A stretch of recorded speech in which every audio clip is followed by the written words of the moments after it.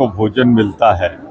भगवान राम के मंदिर में राम रसोई गैस के अभाव में बंद हो गई, और जो कहता हो सरकार से उसे ले जाइए मिर्जापुर में किसी गैस एजेंसी के सामने, बिना किसी सुरक्षा के छोड़ दीजिए, उसकी समझ में आ जाएगा गैस की किल्लत कितनी है।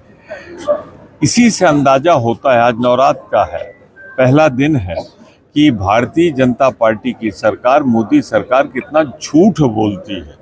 सच्चाई तो आप पत्रकारों से बेहतर कोई नहीं जानता। सर्टिस तो है, दिक्कत तो है, और उसका एकमात्र कारण है कि जो मनमोहन सिंह जी की सरकार में एक दृढ़ निश्चय के साथ एक संकल्प लिया गया था कि 45 दिन का हम हर हाल में स्टोरेज रखेंगे, वो नहीं रख पाए।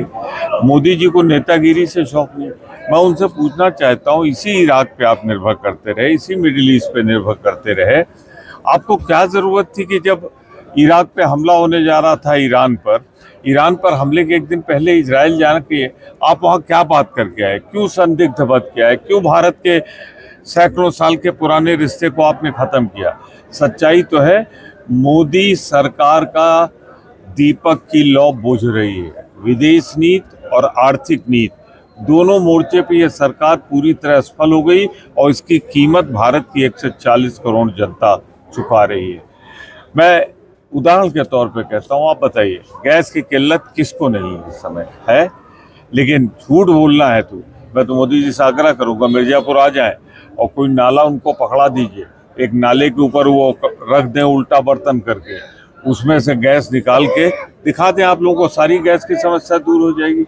मोदी जी तो कहते थे गटर से बनाई जा सकती है रसोई गैस, तो बनाए ना, कौन रोक रहा है उनको? फिर दाम क्यों बढ़ाया आपने कॉमर्शियल का? ब्लैक पे मिल रही है आज। तो कुछ नहीं, मोदी जी की गलत नीतियां आज इस देश के ऊपर भारी पड़ रही। ऐसे में आप माँ विंध्यवासिनी धाम में आए हैं, क्या कहना चाहेंगे?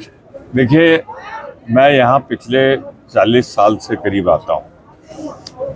हर बार नवरात्र के पहले दिन, वही एक बार जब वो बीमारी आई थी कोरोना, तो एक गैप हुआ था, वरना हमेशा आता हूँ लगभग 4 बजे। माँ के चरणों में आशीर्वाद मांगता हूँ, सुख शांति समृद्धि की, राष्ट्र की कामना करता हूँ, समाज की कामना करता हूँ, अपने क्षेत्र रामपुर खास की कामना करता हूँ, अपने परिवार की कामना करता हूँ, और चाहता हूँ कि जल्दी से जल्दी ये जो संकट है ये समाप्त हो। इजराइल ईरान का जो युद्ध है ये समाप्त हो, वरना आने वाले अगर कहीं ये चल गया लंबा तो भारतवर्ष तरस जाएगा गैस के लिए और पेट्रोलियम प्रोडक्ट के लिए। इसलिए इसका बंद होना बहुत ज़रूरी है। और वारे मोदी जी, बड़े 56 इंची निकले, तुम्हारी हिम्मत नहीं पड़ रही इजराइल के खिलाफ बोलने को। क्या अधिकार है इजराइल को दूसरे देश के प्रधानमंत्री को मार गिराने का, राष्ट्राध्यक्ष को मार गिराने का? इसके पहले वेनेजुएला में हुआ, अब इराक में, वो ईरान में वही हो रहा है।